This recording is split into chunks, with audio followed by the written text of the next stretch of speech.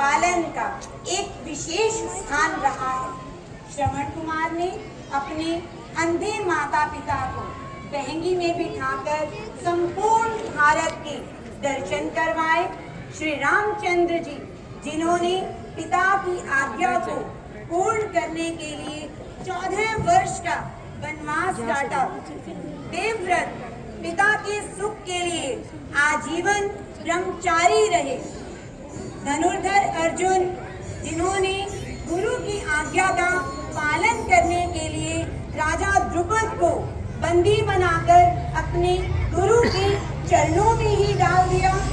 इसी परंपरा को आगे बढ़ाते हुए स्वामी दयानंद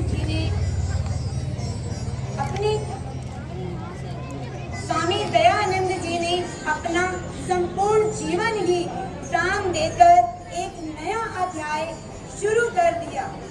आज हम स्वामी दयानंद जी के जीवन का दर्शन करने के लिए चलते हैं शिवरात्रि जागरण की ओर।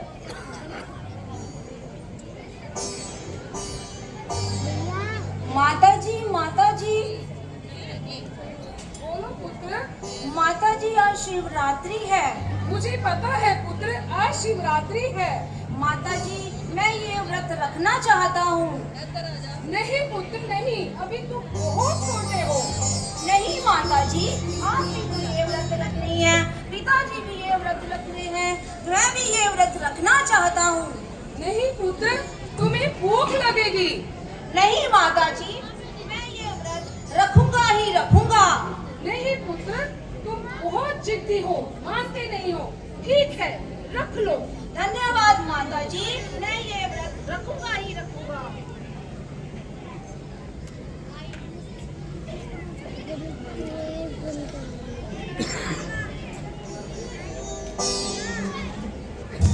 ओ मेरी शंभू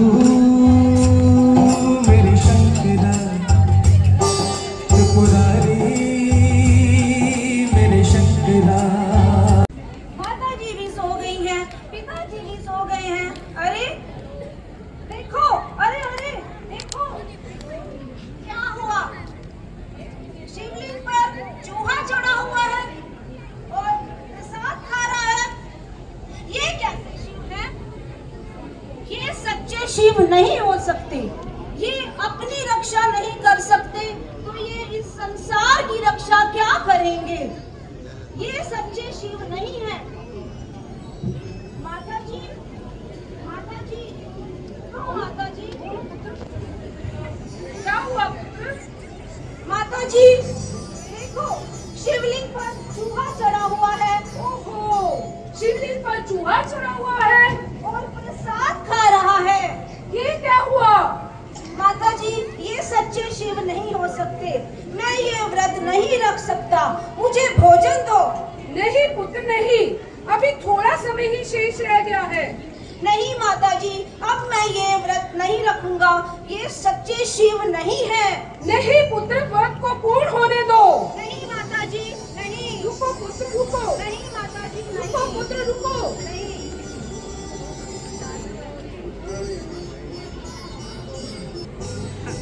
आओ बहन खेलते हैं।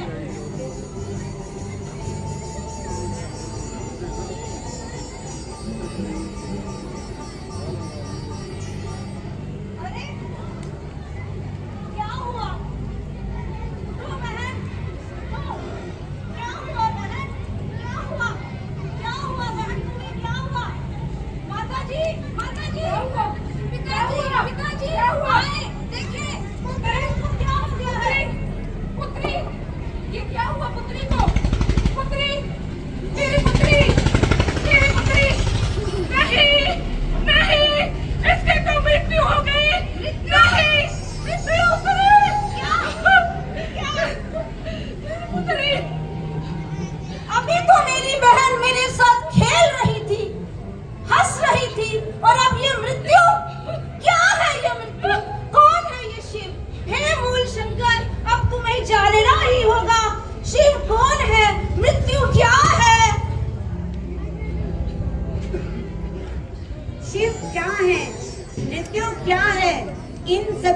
प्रश्नों की उत्तर जानने के लिए मूलशंकर घर से निकल पड़े और फिर चलते चलते वे जा पहुँचे मथुरा स्वामी बिरजानंद जी के आश्रम में। चलिए चलते हैं स्वामी बिरजानंद जी के आश्रम की ओर। कौन? यही जानने के लिए तो आया हूँ। मैं हूँ कौन? क्या सत्य को पाना चाहते हो? जी गुरुवर। लगता है एक सच्चा शिष्य आज मुझे मिल गए।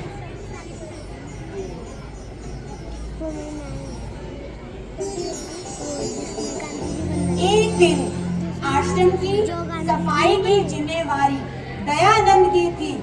उन्होंने झाड़ू लगाकर सारा कूड़ा रास्ते में एक जगह इकट्ठा कर दिया और इसी दौरान क्या हुआ, आइए जानते हैं।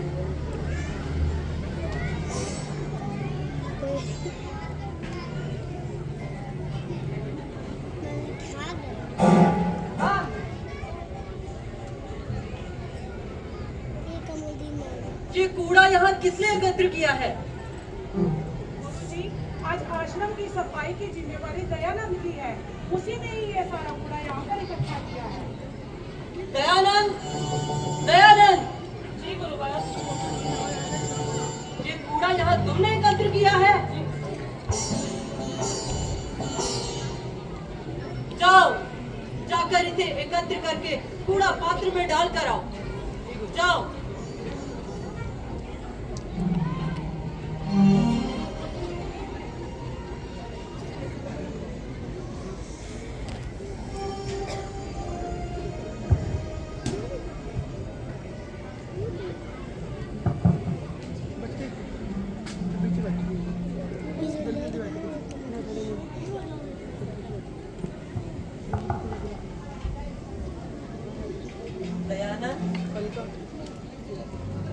प्रतिदिन तो तुम मेरे पांव दबाते, आज हाथ किसलिए दबा रहे हो? गुरुवर, वनों और पर्वतों में भटक भटक कर मेरा शरीर तो वज्र के समान हो चुका है। आज मैं आपके हाथ इसलिए दबा रहा हूँ, कहीं मेरे कठोर शरीर पर छड़ी मारते हुए आपके हाथों में दर्द तो नहीं हो रहा है। आज मैं धन्य हो गया तुझ जैसा शिष्य पाकर। स्वामी दयानंद जी की शिक्षा निर्विरोध चलती रही। मात्र 3 वर्षों में ही उन्होंने अपनी शिक्षा पूर्ण कर ली।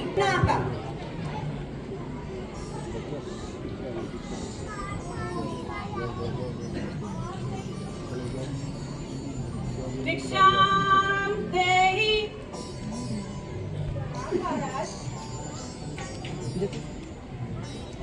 भिक्षा दो माता।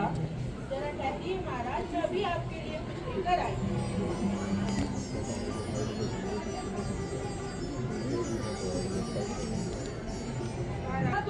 स्थानों पर पंडितों से शास्त्रार्थ करते हुए वे जा पहुँचे हरिद्वार के कुंभ मेले में और वहाँ गंगा नदी के किनारे सप्त सरोवर पर पाखंड खंड ने पताका लगाकर देश के उत्थान के लिए, देश में फैले अंधविश्वास आडंबर दूर करने के लिए, नारी शिक्षा के लिए, वेदों के प्रचार और प्रसार के लिए लोगों को जागरूक किया।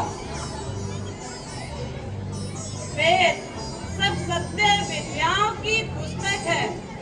वेद का पढ़ना पढ़ाना और सुनना सुनाना हम सब आर्यों का परम धर्म है।